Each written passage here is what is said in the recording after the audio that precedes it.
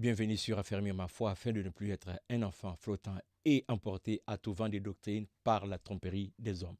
Ici, Jean Ndinsil. Une petite réflexion sur la fête des Pâques que nous sommes en train de célébrer, la résurrection de Jésus que nous sommes en train de célébrer en ce dimanche de Pâques. Personnellement, j'ai réfléchi toute la semaine et je viens partager ce qu'a été ma réflexion. En ces temps de fête, nombreux sont ceux-là qui ont sorti leurs plus beaux habits. Il y en a qui sont allés en vacances. Il y en a qui ont organisé des barbecues chez eux.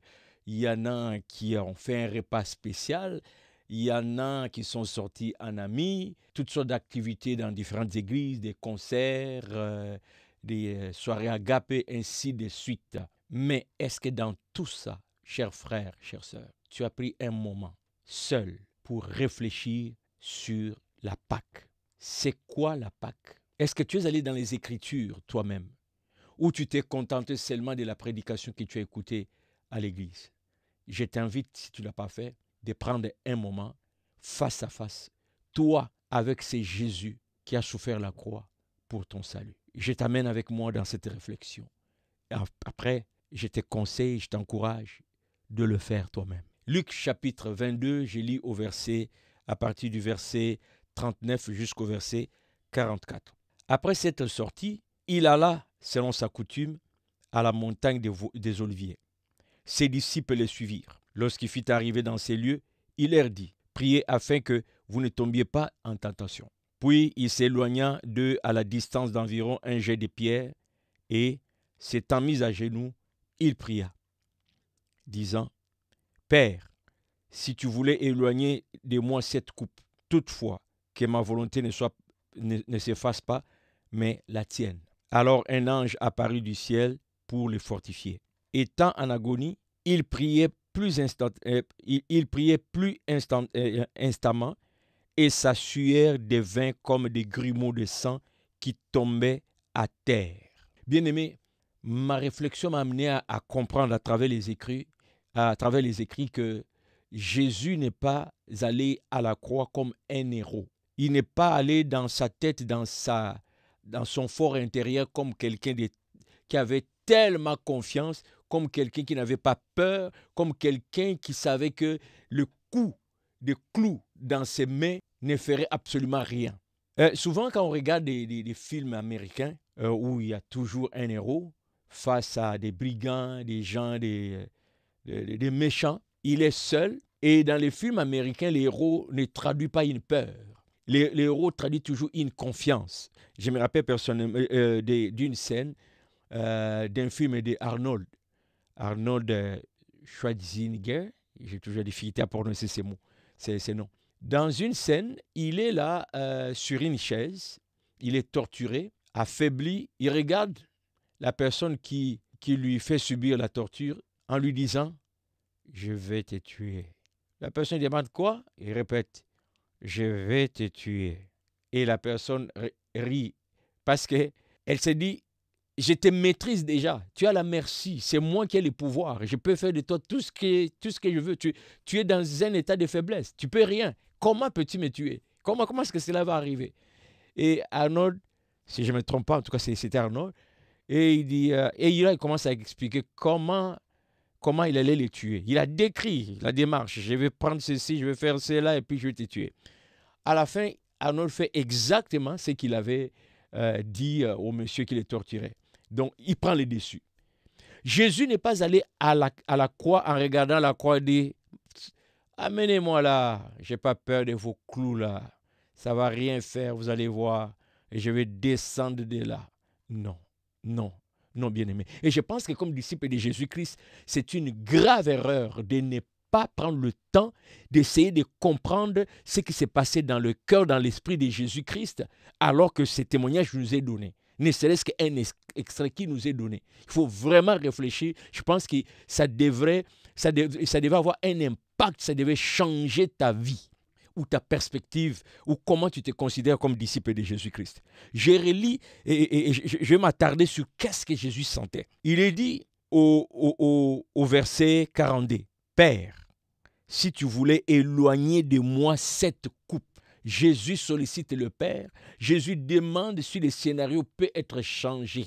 S'il allait comme un héros, s'il était déjà confiant de lui, que les clous là, la douleur, ça ne ferait absolument rien, pourquoi demander que la coupe soit retirée? C'est une preuve que dans la chair, c'était dur pour Jésus. Pour preuve, nous continuons. Au verset 44. Étant en agonie, il priait plus instamment et sa sueur devint comme des grumeaux de sang qui tombaient à terre. Ça traduit l'état d'âme, l'état d'esprit intérieurement, comment Jésus-Christ a vécu ces moments avant d'aller vers la croix. Non, il n'allait pas comme un héros. Non, c'était terrible, c'était dur. C'était pas une mince affaire, bien-aimé. Jésus réalise d'abord ce que ça va être dans la chair. Je ne sais pas si tu es comme moi quand tu vas à l'hôpital et que tu vois le médecin sortir ou l'infirmier sortir le seringue. Oh, moi, quand je vais juste pour la prise de sang, et je tends ma main, il met l'alcool. Dès qu'il lève sa main, je sais que là, il s'en va prendre l'aiguille. Et là, je ferme mes yeux, je serre mes dents parce que j'ai peur de la douleur. Eh bien, avant même que l'aiguille n'entre, moi, je sens déjà la douleur. Jésus sent déjà la douleur avant le premier clou. Oh, c'est terrible. Ça pour ton salut, bien-aimé, pour mon salut. Il sent et il sollicite. Père, est-ce que tu peux m'éviter ça, puisque tu as tout le pouvoir pour le faire? Est-ce que tu peux m'éviter ça? Mais il s'est ressaisi, il dit, toutefois, pas ma volonté, ta volonté. Donc au verset 44, la sueur devint comme des grumeaux de sang qui tombent à terre. Est-ce que durant cette semaine de Pâques, tu t'es retiré seul pour visualiser comment Jésus sentait avant de monter à la croix? Ou tu t'es contenté à préparer les chocolats, tu t'es précipité à préparer le menu, tu t'es précipité à aller à la chorale, la répétition de la chorale, préparer les cultes, ce qui n'est pas mauvais. Tu étais préoccupé par ta prestation sur la scène le dimanche, ce n'est pas mauvais, mais tu as manqué quelque chose si tu as fait tout, sauf réfléchir à ça. C'est pas tard, fais-le avec moi dans cette vidéo. Je t'amène dans Marc. Nous sommes au chapitre 14, verset 32 au verset 36. Ils allèrent ensuite dans un lieu appelé Gethsémani et Jésus dit à ses disciples, « Asseyez-vous ici pendant que je prierai. » Il prit avec lui Pierre, Jacques et Jean et il commença à éprouver de la frayeur et des angoisses. Il commença à éprouver de la sueur et de la frayeur et des angoisses. Ça, c'est ce qu'il sent dans son corps. Il n'est même pas encore sur la croix. Bien-aimé, ça coûtait à Jésus. Il avait la pression de réussir la mission parce que ton salut et le mien en dépendaient. L'humanité dépend, le salut de l'humanité dépendait de lui. Je ne sais pas si tu es un footballeur. Je n'ai jamais joué au foot. Je raconte ce que j'ai vu. Il se peut que je raconte mal.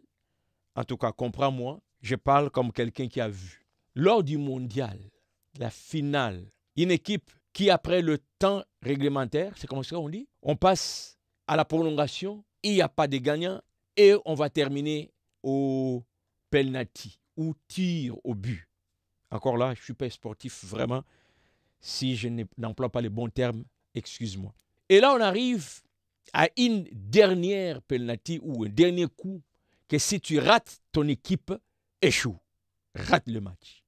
Mais si tu marques, la victoire vous revient. Je ne sais pas si tu as déjà joué au foot, toi, et que tu t'es déjà retrouvé dans cette situation. Si c'est le cas, comment est-ce que tu sens dans ton cœur lorsque là, tous les stades crient et les gens à la télé regardent, ils attendent le mouvement de ton pied. Où est-ce que tu vas orienter la balle? Est-ce que dans les buts ou à l'extérieur? Le Seigneur Jésus est dans cette situation. S'il n'avance pas, c'est un échec. Toi et moi, nous sommes perdus. S'il avance, les clous l'attendent. Et il sent déjà au loin la douleur des clous. C'est pourquoi on nous dit ici, il y a la frayeur et l'angoisse pour toi pour moi. Ne prends pas cela à la légère. Ne te contente pas de fêter avec la viande, avec, c'est pas moi, des beaux habits, des voyages. Mais tu ne médites pas sur ce que ça a coûté pour ton salut. Au verset 34, il est dit ceci. Il leur dit, Jésus dit à ses disciples, « Mon âme est triste jusqu'à la mort. Restez ici, éveillés. » Oh, je suis touché par cette phrase. « Mon âme est triste jusqu'à la mort. » Mon âme, l'âme de Jésus-Christ, triste. Jésus est triste dans son âme. Pourquoi? À cause de cette heure. Cette heure est décisive. Là, il ne faut pas qu'il rate. Il ne faut pas qu'il échoue. Le destin éternel de ton âme, de mon âme, dépend de qu'est-ce que Jésus va faire de cette heure.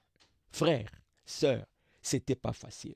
Aujourd'hui, il y a des pasteurs qui ont pris cette douleur, ils l'ont mis de côté, ils pensent qu'ils sont établis pasteurs pour régner, pour devenir stars, qu'on adule, qu'on sert avec beaucoup, mais ils oublient la douleur de Jésus.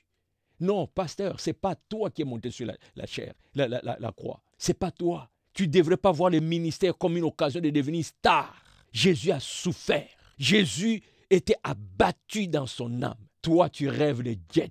Toi, tu rêves les jeeps. Toi, tu rêves des grands bâtiments. Jésus pleurait dans son âme. Jésus demande au Père, puisque tu as tout le pouvoir, si tu peux changer. Jésus est en train de trembler. Et toi, tu joues avec les âmes de Jésus. Puis, ayant fait quelques pas en avant, il se jeta contre terre. Est-ce que tu peux voir la scène où Jésus marche un peu, boum, la tête par terre. Il est épuisé, il est terrassé, il est effrayé. Il a envie de déserter, mais il ne faut pas. Il a envie de reculer, mais il ne faut pas. Et tout ça, il le vit seul. Toi, pasteur, aujourd'hui, tu prends cette souffrance. Tu veux devenir vedette. Tu as même les kilos de considérer ces âmes que Jésus a gagnées par son sang comme des brebis pour toi. Aucun respect envers ces âmes. Oh, moi, quand je lis ça, ça me révolte. Ça me révolte d'abord contre moi-même face au péché. Parce que c'est à cause de mes péchés, à cause de mes transgressions, que Jésus, innocent, va vivre cette angoisse. Il est seul. Les disciples sont là, mais personne n'est tenté de lui essuyer la sueur. Il est là. Son âme est troublée, tourmentée. Il n'y a aucun bishop à côté. Aujourd'hui, tu veux me faire trembler parce que tu es bishop. Avec ces petits trucs qu'on a mis, ça me révolte. Ça me révolte. Et quand j'ai lu ça de plus, j'ai juré dans ma vie. Aucun soi-disant pasteur, bishop, soit-il, ne peut m'intimider, car il n'était pas là pour assister Jésus alors qu'il était troublé. Un peu de respect pour ces âmes que Jésus a gagnées par la souffrance. Non, il n'est pas monté comme un héros américain. En cesse, jetant la tête contre terre, il dit encore, il pria s'il était possible que cette heure s'éloignait de lui. C'est une heure très troublante pour Jésus. Ouh. Et si je ne le fais pas, qu'il fera? J'ai dit au Père, mais voici, envoie-moi. Il compte sur moi. Le salut de l'humanité repose sur mon obéissance. Mais la douleur des clous. Au verset 36, Jésus dit, Abba Père, toutes choses te sont possibles. Éloigne de moi cette coupe. Et il s'est ressaisi. Toutefois, non pas ce que je veux, mais ce que tu veux. Et il vint vers les disciples, ça c'est verset 37, qu'il trouva endormi. Et il dit à Pierre, Simon, tu dors, tu n'as pu veiller 1 heure. Pendant qu'il est troublé, même ceux qui étaient venus à côté, ils dorment. Pasteur, si ceux qui étaient à côté dormaient, ils n'ont rien fait. Pourquoi aujourd'hui tu veux qu'on te craigne? Tu sèmes la terreur dans les églises. L'homme de Dieu, tu veux des gloires. Tu imposes la gloire. Si Pierre dormait, tu étais où? Quel est ton apport dans le salut des âmes? Lorsque Jésus se tourmentait, est-ce que tu étais là pour le conseiller, pour l'encourager? Non. Un peu de respect pour ces âmes. Pasteur, un peu de respect. Ça coûtait quelque chose à Jésus. Et à toi, bien-aimé, alors que je termine, donne la valeur à cette souffrance. Non seulement un bon culte où tu chantes très bien, bien habillé, des jets de lumière dans les églises, mais que nous puissions avoir une vie à la hauteur de la valeur de ce que ça coûte à Jésus. Donne de la valeur par comment tu vis au quotidien. Bien-aimé, j'ai une voiture que j'ai achetée récemment. Ça m'a coûté cher. Quand je suis sorti chez le concessionnaire, j'étais pas content de conduire. J'ai regretté l'argent que je venais de payer. Tellement c'était beaucoup d'argent. Mais le véhicule, pour moi, c'est une nécessité. Ce n'était pas dans le but de faire les shows. J'en ai vraiment besoin. Et depuis que j'ai ce véhicule, à cause du prix que ça m'a coûté, je veille quand je roule de m'assurer que j'en prends soin. Et quand je laisse quelqu'un comme mon fils, ma fille, conduire, j'ai pris Seigneur, qu'il ne se passe rien. Tant qu'il n'est pas encore revenu, mon cœur tremble. Quand le véhicule revient, je sors parfois, je regarde, est-ce qu'il y a des égratignures? À cause du prix que ça m'a coûté. J'ai dit, Seigneur, fais que ça reste le dernier véhicule de ma vie. S'il me reste 30 ans, 20 ans, 50 ans, je vais rouler dans ces véhicules. Papa, qu'il n'y ait pas d'accident. J'ai pris chaque jour pour ces véhicules à cause du prix. Bien-aimé, cette souffrance que je vais te décrire, c'était pour que Jésus te sorte des ténèbres, pour t'amener à la lumière. Demeure dans la lumière. Autrefois, nous étions ténèbres. Maintenant, nous sommes devenus lumière. Reste lumière. Reste le sel du monde. Ne fais pas de va-et-vient. Ne baisse pas les standards. Ne sois pas du côté de ceux qui disent « Après tout, nous sommes tous pécheurs ». Non, sois du côté de ceux qui disent « Il m'a racheté par son sang, par sa vie ». Ça a été difficile. Va relire, va méditer ces versets. Sois seul. Laisse les gens soient seuls, comme je le fais ce matin. Ça doit susciter de la rage dans ton cœur vis-à-vis du péché. Parce que l'innocent est mort à ta place comme pécheur, lui qui n'avait pas péché. Et tu dois haïr les péchés à cause de la valeur du salut. Comme je déteste qu'il y ait des égratignures sur mon véhicule à cause du prix que ça m'a coûté. Bien-aimé, ne permets pas à quelqu'un de faire de toi sa proie. Personne n'était là lorsque Jésus agonisait. Personne. Les disciples dormaient. Encore moins ton bishop. Que personne ne fasse de toi sa proie. Tu es la brebis de Jésus. Mène une vie qui honore le sacrifice de Jésus. Pas seulement dimanche. Toute ta vie. Pense constamment à ce que ça a coûté à Jésus pour que tu sois sauvé. Fais maintenant que lorsqu'il te regarde, la vie que tu mènes aujourd'hui devant Dieu, une vie qui le glorifie, que Jésus dise, ce n'était pas facile les clous, mais que ça valait la peine. Regarde le résultat. J'ai écrit une chanson dans ma langue, en lingala pour ceux qui savent, intitulée Mbuma Yapasinayo, que j'ai traduit en français, je suis le fruit de ta souffrance. Dans cette chanson, j'ai dit à Jésus, Jésus, regarde-moi. Je sais que c'était difficile, mais tu peux maintenant te réjouir en regardant ma vie. Mon frère, est-ce que Jésus peut se réjouir en regardant ta vie? Ma sœur, est-ce que Jésus peut se réjouir en regardant ta vie? Pasteur, est-ce que Jésus peut se réjouir de voir la manière dont tu prends soin de ces brebis qui ont coûté sa vie? Ou toi, tu as tout simplement oublié que c'est lui qui avait souffert. Maintenant, tu te comportes comme c'est toi qui avais souffert et tu as les droits, les pouvoirs sur les brebis. Tu en fais ce que ton cœur veut. À chacun sa conclusion. Joyeuse fête de Pâques. À la prochaine.